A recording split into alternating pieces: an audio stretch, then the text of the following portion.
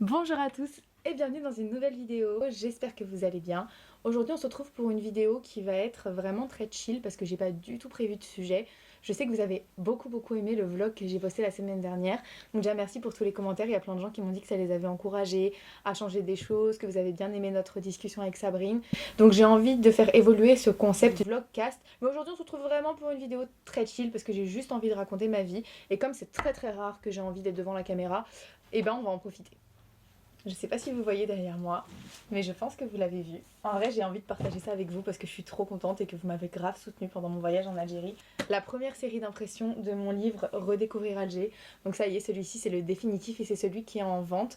Donc j'ai déjà eu pas mal de commandes, je suis allée les chercher à l'imprimerie ce matin et là je suis en train de faire vos petits colis, je suis en train de laisser des petits mots et je me suis dit pourquoi pas le faire avec vous. Je vais faire quelques commandes avec vous et je vais en profiter juste pour qu'on parle et qu'on discute. Il est trop beau, franchement, je suis trop contente. Je l'ai remanié, il y a des pages en plus. Le premier faisait 80 pages, celui-ci en fait 100. Je vais les ouvrir parce que j'ai envie de les laisser vraiment telles quelles. Je vous laisserai découvrir l'intérieur pour ceux qui l'ont acheté. Et répondre à des questions qu'on me pose très souvent. Et puis, comme ça fera un peu la conversation parce que je vous avoue que je disais que j'avais envie de parler, mais que maintenant qu'il faut parler, je sais plus quoi dire. Des questions qu'on me pose assez souvent. Je vais faire la commande de Armando. Amazon, j'ai acheté des petits papiers de soie comme ça et pour les gens qui savent, mon papa était fleuriste. C'était le genre de papier qu'on met autour des fleurs et quand j'ai su que j'allais devoir faire des envois, j'ai dit à ma mère je veux absolument du papier de fleuriste. J'en ai trouvé super facilement. On va prendre du verre pour rappeler l'Algérie, qu'est-ce que vous en pensez? Et on va faire la commande.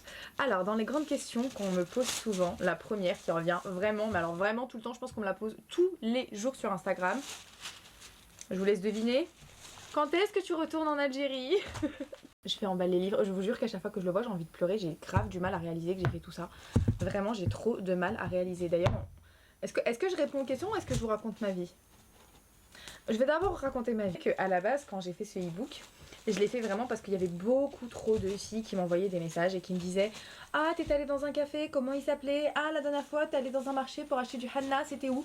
Et en fait à chaque fois je les déchirais. À chaque fois je répondais et je me rendais compte surtout que c'était tout le temps les mêmes questions qui revenaient et j'avais envie de faire en sorte que les gens puissent y avoir accès mais pas en faisant des stories sur Instagram que vous allez galérer à retrouver. Je me suis dit il faut que les gens aient toutes les informations au même endroit. Et c'est là que m'est venue l'idée du e-book interactif. Je vais être très honnête avec vous, mon idée vraiment de base c'était juste de vendre un e-book. J'ai imprimé un livre pour faire une vidéo, c'était vraiment pour attraper l'œil des gens qui tombaient sur la vidéo et qu'ils comprennent qu'il y avait un e-book qui existait. Mais le livre, je savais que ça coûtait très cher pour faire imprimer, je savais même pas comment on faisait pour ces au final. Écoutez, j'ai appris sur le tas. Au final, en une semaine, j'ai ouvert une boutique. Je me suis renseignée sur comment on faisait pour se déclarer en tant qu'auteur, comment on faisait pour s'éditer. Ce qui est bien, c'est que je sais qu'il a acheté. Je vous fais des petits mots et franchement, ça me fait trop plaisir. Genre, je crois que je suis plus excitée pour le fait de faire des colis que d'avoir fait un livre. Je regrette pas du tout parce que ça m'a appris plein de choses. Alors, quand est-ce que je vais retourner en Algérie? Alors, pour les gens qui me suivent depuis pas très longtemps et qui ne me connaissent pas forcément, je suis partie vivre pendant 6 mois en Algérie parce que j'avais envie de redécouvrir mon pays. C'était une expérience géniale. Le seul truc, c'est que moi, je réfléchis énormément à vivre entre l'Algérie et la France. J'aimerais pouvoir y passer beaucoup plus de temps. J'aimerais pouvoir y construire certaines choses. J'ai envie de me renseigner pour me lancer là-bas professionnellement. Enfin voilà. Le seul truc, c'est qu'il y a plein de gens qui me demandent quand est-ce que je vais y retourner. Et si je pouvais, là en ce moment, je vous assure que j'y serais. Sauf que pour l'instant, je dois suivre un traitement en hôpital. Donc c'est pas pour tout de suite. Dès que je serai stabilisée avec mon traitement, j'ai prévu de repartir pour une longue période. Ça, c'est sûr et certain, minimum 6 mois. Une autre question qu'on m'a beaucoup posée, c'était de savoir si j'allais faire d'autres guides pour d'autres villes. Alors, déjà, je vous le dis. Et ça, c'est sûr et certain. Ça, ce sera la première édition de celui d'Alger, parce que Alger c'est grand, il y a 10 000 choses à voir, et je n'ai pas pu mettre toutes mes adresses. J'ai pas pu mettre toutes mes adresses parce qu'il y a plein de choses que j'ai voulu faire quand j'étais sur place et que j'ai pas pu faire.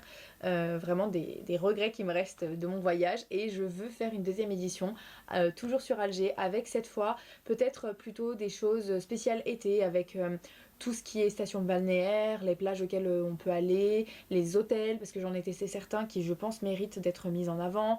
Je vais faire un dernier colis et en même temps je vais vous raconter une des anecdotes les plus drôles que j'ai vécues en Algérie, comme je sais vraiment pas quoi vous raconter. Story time. Nous sommes en plein mois de juillet. Alors, mois de juillet en Algérie, pour les gens qui savent, c'est simple, tu te réveilles à 8 h, il fait 40 degrés. Donc il fait une chaleur à mourir. Aussi, je n'ai pas de clim dans ma voiture. J'ai une amie qui m'avait rejoint en Algérie et on avait décidé, vu que c'était l'un de ses derniers jours, de passer la journée à la plage, donc aux Canadiennes. Donc ce jour-là, on décide qu'on va se rendre sur la plage des Canadiennes, que vous connaissez certainement, qui se trouve pas très loin d'Entaya, et c'est l'une des plus jolies plages d'Alger. Donc si un jour vous êtes en Algérie, que vous êtes à Alger, que vous ne savez pas quelle plage choisir, allez aux Canadiennes. Alors, je suis la seule personne qui a une voiture dans mon groupe d'amis. Donc, on me dit, est-ce que tu peux venir me chercher? Est-ce que tu peux venir me chercher? Donc, moi, j'adore conduire, même en Algérie, étonnant, mais oui. Et j'accepte. J'accepte, sauf qu'en fait, je suis malade. Et ce jour-là, je sens que je me sens pas très bien, que je commence à avoir vraiment mal au ventre. Mais comme c'est le dernier jour, enfin, un des derniers jours de mon ami, je me dis, bon, je prends sur moi, je vais aller à la plage, ça va me faire du bien, ça va passer. On prend la voiture, je vous ai dit il fait 40 degrés, il fait super chaud, je vais récupérer un premier ami, on va récupérer un deuxième ami, direction les plages des Canadiennes. On se gare, donc comme je vous ai dit on est en plein mois de juillet, donc la plage est déjà bondée, même à 13h, il y a énormément de monde. En été si vous voulez profiter de la plage, il faut y aller à 9h, à midi vous partez, parce qu'après c'est trop compliqué. Sauf qu'en fait comme il fait 40 degrés, je peux rien faire d'autre que d'aller à la plage, donc on reste. On reste tout l'après-midi, c'était d'ailleurs une super journée franchement, j'avais trop mal au ventre, mais on a fait du jet ski et tout, c'était trop bien. J'ai vraiment de super souvenirs en Algérie et ça je suis trop contente, c'est quelque chose que j'ai dit déjà sur Instagram, mais j'avais vraiment envie de me faire des nouveaux souvenirs en Algérie parce que tous les souvenirs que j'avais ils étaient teintés du deuil surtout parce que je vous ai dit j'avais enterré mon papa etc, donc forcément j'avais beaucoup de souvenirs qui étaient douloureux et maintenant quand je pense à l'Algérie j'ai que des super bons souvenirs quoi, vraiment j'ai que des bons souvenirs, surtout ce jour-là c'était vraiment trop bien, c'était trop bien. Et je commence à sentir vraiment que je me sens pas bien, et genre vraiment pas bien du tout. Et comment vous dire, il y a différents stades de douleur, il y a le stade tu supportes, il y a le stade tu supportes et ça devient difficile, et il y a le stade où si j'attends vraiment trop, je pense que je pense que je vais m'évanouir, clairement. Surtout qu'il faisait très chaud, je commence à avoir du mal à respirer et tout, je vais voir mes amis, je leur dis je suis désolée, je sais qu'on n'est pas là depuis très longtemps, mais en fait il faut que je rentre parce que je me sens vraiment pas bien du tout, et j'avais trop peur de faire un malaise en Algérie et de me retrouver à l'hôpital, pas parce que je critique les hôpitaux algériens, déjà de 1 je les connais, j'en ai déjà fait un, parce que je passe déjà trop de temps dans les hôpitaux en France, donc j'ai pas forcément envie de faire un tour à l'hôpital en Algérie, et puis ça sert à rien de toute façon parce qu'ils pourraient pas me soigner. Donc je me dis vraiment il faut que je rentre chez moi, que je m'allonge et que je sois genre devant le ventilateur comme ça, et que je supporte la douleur. On commence à monter la pente pour aller récupérer la voiture, et pendant que je monte la pente je sens vraiment que je me sens pas bien, mais genre vraiment pas bien, et je me dis comment je vais faire parce que dans les gens autour de moi personne ne conduit, il y a que moi. Ça veut dire que là j'ai la circulation en Algérie au mois de juillet à 18h. Les gens qui connaissent, ils savent. Je suis pas rentrée chez moi avant 2h. Et en plus, j'ai pas de clim. Ça veut dire que je me dis là, je vais devoir taper presque 2 heures de chemin. Et sur le chemin, je me dis, je vais mourir. En fait, j'ai en direction de ma voiture. Et vous savez, quand on se gare en Algérie, on paye 200 dinars. On paye 200 dinars pour que... Ça va ? On paye 200 dinars pour que quelqu'un surveille votre voiture, et surtout on te dit où est-ce que tu te gares, etc. Donc je me suis garée, et au moment de remonter et d'aller vers ma voiture, qu'est-ce que je vois ? Je vois qu'il y a au moins une dizaine de personnes qui se sont garées derrière moi, mais en fait je peux plus sortir. Là je réalise que la plage, la décaplage, pour ceux qui connaissent, elle est gigantesque, que je vais jamais savoir à qui appartient la voiture, qu'il est 18h, donc ça m'étonnerait que les gens partent maintenant, et que je vais faire comment en fait ? Je suis coincée là, et je vous avoue que c'est rare, hein, je suis pas quelqu'un d'agressif et tout, mais alors j'ai pété un plomb, en fait je me suis mise à pleurer. Et les gens autour de moi ont eu trop de peine, parce que j'étais assise par terre, j'étais comme ça, genre, je me dis je vais vomir et tout, enfin vraiment ça n'allait pas du tout, j'étais en train de faire un malaise quoi, clairement j'étais en train de faire un malaise. Moi j'avais laissé mon numéro sur ma voiture parce que je m'étais doutée que ma voiture pourrait gêner. Le monsieur derrière moi, le monsieur 2 voitures après aussi avait laissé son numéro, mais celui derrière moi et celui encore derrière moi, il n'y avait pas. Et franchement je vous avoue qu'il y avait vraiment très peu de place pour faire des manœuvres, donc même si on trouvait une solution, en vrai c'était pas possible, fallait au moins que les 2 voitures derrière moi bougent, ce qui allait être compliqué. Bonjour Kiyomi. J'ai envie de faire le spectacle, donc je... Excuse-moi, Orti, tu me déranges. T'es pas tout mouillé sur mon livre. Donc, à ce moment-là, il y a pas mal de monde autour de moi, et mon pote me dit bon écoute t'inquiète, on va se débrouiller. Moi je suis en mode mais comment tu veux te débrouiller en fait, tu vas faire quoi, tu vas crier, tu vas aller sur la plage, tu vas dire à qui appartient la voiture numéro, je dis c'est fini quoi en fait.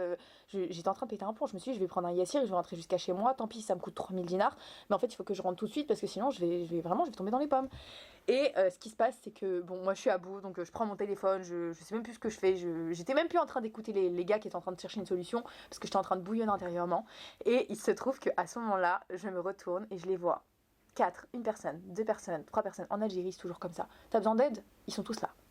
Il y avait 5 personnes. Ils se sont mis autour de la voiture derrière moi. J'ai la vidéo, hein, donc je peux vous la mettre. Et voilà qu'ils se mettent à soulever les voitures. Ils soulèvent la première voiture. Et c'est dur, hein, ils sont 5. Ils la soulèvent vraiment juste un tout petit peu. Le mec il va revenir, sa voiture elle sera plus garée au même endroit.